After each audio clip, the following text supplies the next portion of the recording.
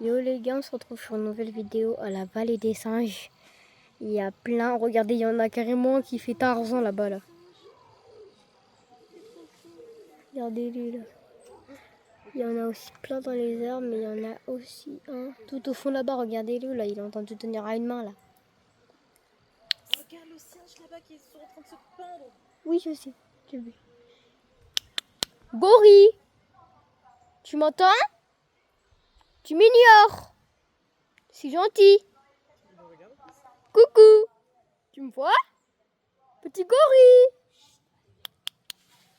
Bon, les gars, je vous reprends après, ok? Yo les gars, je suis arrivée au bonobo. Il y a quelqu'un qui est en train de parler.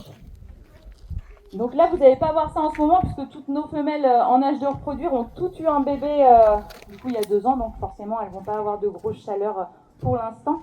Si vous avez envie de vous donner un petit ordre d'idée de ce à quoi ça peut ressembler dans l'espace visiteur de leur bâtiment, on a une affiche où il y a une vue de femelles bonobo en chaleur où vous verrez que c'est vraiment très très gros. Alors en ce qui concerne leur alimentation, ces singes ils sont omnivores à tendance frugivore, ils vont manger principalement des fruits, des végétaux. Il va leur arriver de manger également un petit peu de protéines animales, c'est pas grand chose, à peu près 10% de leur alimentation. Ça peut être des petits insectes, ça peut être également des petits animaux. Par contre, contrairement aux chimpanzés, chez qui on va vraiment pouvoir observer des techniques de chasse assez élaborées, où ils vont se mettre à plusieurs, élaborer des stratégies, utiliser des outils. On va beaucoup moins voir ce genre de choses chez le bonobo. Leur consommation de viande, elle va plutôt se faire de manière opportuniste. Donc je vais leur distribuer leur deuxième partie de repas, et malheureusement pour eux, c'est encore des navets.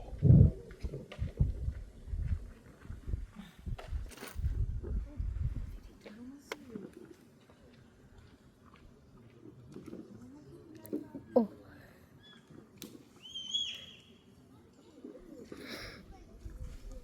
Regardez-les.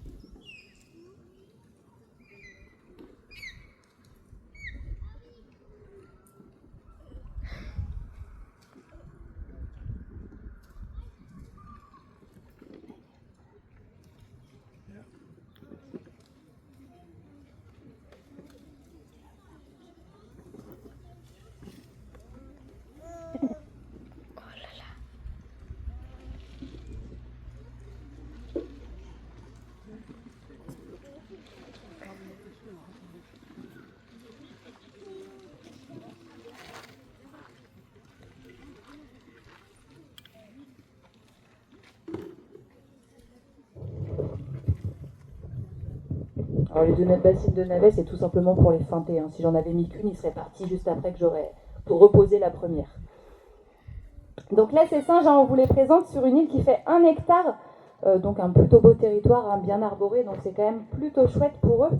Après, il faut quand même garder en tête que par rapport à ce qu'ils devraient avoir dans la nature, ça reste pas grand-chose. Malheureusement, à l'heure actuelle, ces singes sont menacés. Ils sont originaires de République démocratique du Congo. Là-bas, la situation est assez compliquée. Alors déjà au niveau politique, donc c'est vrai que généralement quand c'est compliqué au niveau politique dans un pays, bien souvent ça n'aide pas pour la préservation des espèces dans le milieu naturel. Donc c'est vrai qu'il y a tout un tas de menaces qui planent sur eux aujourd'hui. Je ne vais pas tous vous les énumérer, je pense que vous en avez déjà entendu quelques-unes au cours des nourrissages que vous avez faits, vous en entendrez peut-être d'autres au cours des prochains. Moi aujourd'hui je vais vous parler de l'huile de palme. Je pense que vous en avez tous déjà entendu parler, cette huile de palme elle a fait des ravages en Indonésie.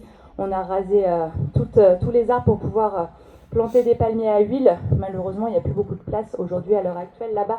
Donc ces grosses cultures sont arrivées également en Afrique. Donc les bonobos et toutes les espèces qui vivent dans les forêts sont touchées par ça également à l'heure actuelle. Bon, alors il y a quand même une plutôt bonne nouvelle au sujet de l'huile de palme, c'est que ces dernières années, il y a eu vraiment un gros boycott, en tout cas au niveau alimentaire. Et ce boycott, il a quand même plutôt bien fonctionné. Les grosses entreprises avaient vraiment du mal à vendre ces produits à base d'huile de palme. On a pu le voir avec toutes les pubs qui nous ont sortis à base d'huile de palme durable et pour essayer de redorer un petit peu leur image. Donc c'est vrai que nous, des fois, en tant que personne, on a l'impression qu'à notre échelle, on n'a pas beaucoup de pouvoir. Cette histoire de l'huile de palme, elle nous a montré quand même un petit peu le contraire. Elle nous a montré que voilà, aujourd'hui, notre façon de consommer, c'est un peu notre seul pouvoir pour pouvoir faire entendre notre voix. Bon, malheureusement, à l'heure actuelle, l'huile de palme, c'est plus forcément dû à tous ces boycotts dans les produits alimentaires qu'on les retrouve le plus. Au prochain truc de singe, ok les gars. Huile. Les gars, j'ai réussi à trouver un autre angle pour voir les singes bonobos. Regardez. Bon, je je vous reprends au prochain territoire de singes, ok? Yo les gars, on est dans le petit enclos d'une tortue étoilée. Je sais pas si vous arrivez à la voir. Attendez.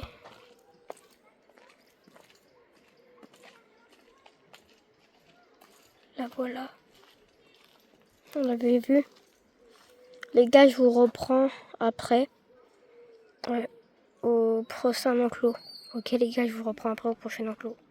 Les gars, je vous reprends chez les lémuriens. Il y en a juste un ici. Regardez-le.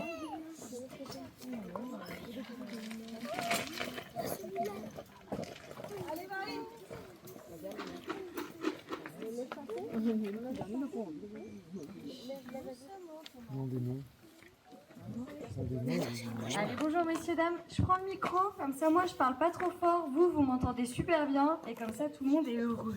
Vous êtes heureux? Pas trop. Vous l'avez dit. Non, deux petites consignes avant qu'on commence. Juste la première, on va bien laisser là, la barrière disponible pour qu'ils puissent se déplacer. Généralement, quand il y a des petites tensions, ça peut être un refuge. Ça vous évite aussi de vous retrouver avec leurs excréments sur les chaussures, puisque c'est aussi l'endroit privilégié pour eux. Et puis la consigne que vous connaissez depuis que vous êtes arrivés et qui est valable jusqu'à ce que vous sortiez, on ne touche pas les lémuriens. La raison principale ici est liée à leur odeur. Ça constitue leur carte d'identité, donc à partir du moment où on les touche, on modifie cette odeur. Ils risquent donc de ne plus être connus de la même façon par les autres. Plus d'accès à la nourriture et plus d'accès au couchage pour eux. Donc une vie extrêmement compliquée. Et accessoirement pour vous, ils ont aussi des canines qui mesurent environ 3 cm. Donc évidemment, ils peuvent s'en servir et faire de jolis tours. Allez. Donc pour se goûter des petites croquettes qui sont spécialement conçues pour les primates, l'idée c'est qu'il y a un laboratoire qui a étudié ce qu'ils mangeaient en milieu naturel, ce que nous on peut leur donner en captivité, et l'idée est de complémenter vitamines, minéraux, tout ça dans une petite croquette. Ça se présente sous cette forme. Ça ne va pas constituer la majorité de leurs repas, hein. Ils ont 7 repas par jour.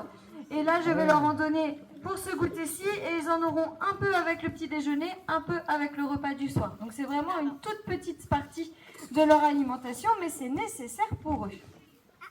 Je vous la rends. Les lémuriens viennent de Madagascar, uniquement Madagascar, on ne les trouve que là-bas, nulle part ailleurs. On dit qu'ils sont endémiques de l'île de Madagascar. La grosse particularité de ces espèces, c'est que ce ne sont pas des singes, ce sont bien... J'allais dire l'inverse et ça n'est plus du tout. Ce ne sont pas des singes, ce sont bien des primates, mais pas des singes. Je m'explique. Pour être un primate, il faut 5 doigts, le pouce opposable. Pour eux, pas de souci, pour nous, pas de problème non plus. En revanche, on va avoir quelques différences avec eux, notamment au niveau des oreilles. Vous pouvez constater, les oreilles sont sur le dessus de la tête, des oreilles mobiles, c'est-à-dire qu'elles sont capables de bouger en fonction des sons. Alors que chez nous, les singes, puisque nous sommes bien des singes, les oreilles sont sur le côté de la tête. Et du coup, c'est notre tête qu'on vient bouger en fonction des sons. La deuxième différence, c'est au niveau du nez. Nous, les singes, on a un nez plus ou moins puissant, selon les espèces, selon les individus. Eux ont une truffe humide, comme le chat ou le chien.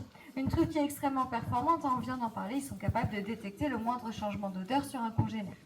La dernière différence, c'est au niveau du toilettage. Nous, les singes, on se toilette avec les mains. Vous avez peut-être vu les saïmiris, les bonobos qui s'épouillent les uns les autres avec les mains. Eh bien ici, on se toilette plutôt avec la bouche. Ils ont pour ça un appareil tout particulier, ils ont ce qu'on appelle un peigne dentaire. Ce sont les dents qui sont en forme de peigne, et lorsqu'ils vont venir se lécher, en fait, ils vont se peigner le pelage, tout simplement. Une grande famille, les lémuriens, puisqu'ils sont plus de 100 espèces, 112 au total, en comptant les sous-espèces.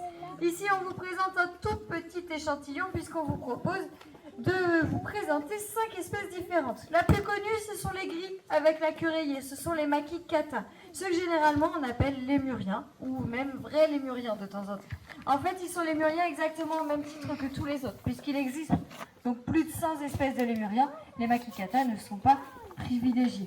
Ce sont effectivement les plus connus. King Julian est un makikata, c'est celui qu'on voit le plus souvent en parc zoologique également.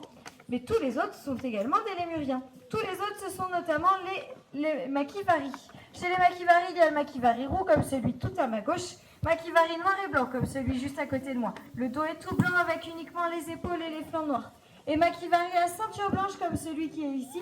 Le dos est tout noir avec uniquement une ceinture blanche. Donc 3 espèces différentes de makivari. Et la dernière espèce sur ce territoire, ce sont les lémures couronnés. Chez les lémures couronnés, donc vous les avez juste ici et ici, du nom de la jolie couronne rousse qu'ils ont juste sur le dessus de la tête. Et vous observerez qu'il y en a un qui a la tête toute noire et l'autre la tête toute grise. On appelle ça un dimorphisme sexuel, différence physique entre les mâles et les femelles, autre que les organes génitaux. Mais ici, c'est notamment la couleur de la tête. En fait, elle est noire chez le mâle et grise chez la femelle. Alors, chez les makikata et chez les makivari, il n'y a pas de dimorphisme sexuel. Mâles et femelles sont strictement identiques, hormis les organes génitaux. Ici, vous ne risquez pas de vous tromper, que ce soit pour les makikata ou pour les makivari, ici, il n'y a que des mâles. Alors, certains d'entre vous doivent se dire, la pauvre, la seule femelle avec tous ces mâles, c'est pas évident quand même. Mais en fait, chez les lémuriens, eh bien, c'est comme chez les saïmiri et comme chez les bonobos, ce sont les femelles qui sont dominantes. Ici, c'est la seule, donc autant vous dire qu'elle a plutôt pas mal de privilèges. Les meilleurs morceaux de pommes quand il y a de la pomme, les meilleures places pour dormir, elle rentre la première le soir. Bref, ne vous inquiétez pas pour elle, elle vit plutôt la belle vie. D'autres petites particularités, vous avez peut-être déjà vu les makikata. Alors, on le voit là, assis sur ses fesses, juste là-bas au bout. Et ils ont, la plupart du temps, lorsqu'il y a un bon rayon de soleil, les bras écartés comme ça. Généralement, on les appelle les adorateurs du soleil ou alors les primates yoga. En fait, il y a deux raisons pour lesquelles ils font cette position. La première, c'est d'abord de se réchauffer, tout simplement. La deuxième raison, c'est qu'ils ont des petites glandes ici, au niveau de l'intérieur des épaules et au niveau de leurs avant-bras. Ces glandes, elles vont leur servir à marquer leur territoire. Et elles se rechargent grâce au soleil. Donc en prenant cette position, ils vont en fait exposer leurs glandes au soleil pour pouvoir les recharger et ensuite marquer leur territoire. Un marquage de territoire complètement différent chez les makivari, puisque eux vont plutôt utiliser la voix. Et vous les avez très certainement entendus déjà chanter aujourd'hui, peut-être même sans vous en rendre compte, puisqu'on les entend en fait sur la totalité du parc. Et ça toute la journée. Un gros bruit rauque. Alors nous, on a l'impression que c'est un énorme brouhaha. Mais en fait, ils ont chacun une séquence vocale bien particulière. Donc ils sont capables de se reconnaître les uns les autres, de se localiser et de marquer leur territoire. Donc ne prenez pas ça ni pour de l'agressivité, ni pour une réclamation quelconque. Kirao, je te vois. Oh, c'est encore raté, comme depuis 15 ans. C'est pas possible. Qu'est-ce que je racontais, moi? Vous non plus, vous savez plus?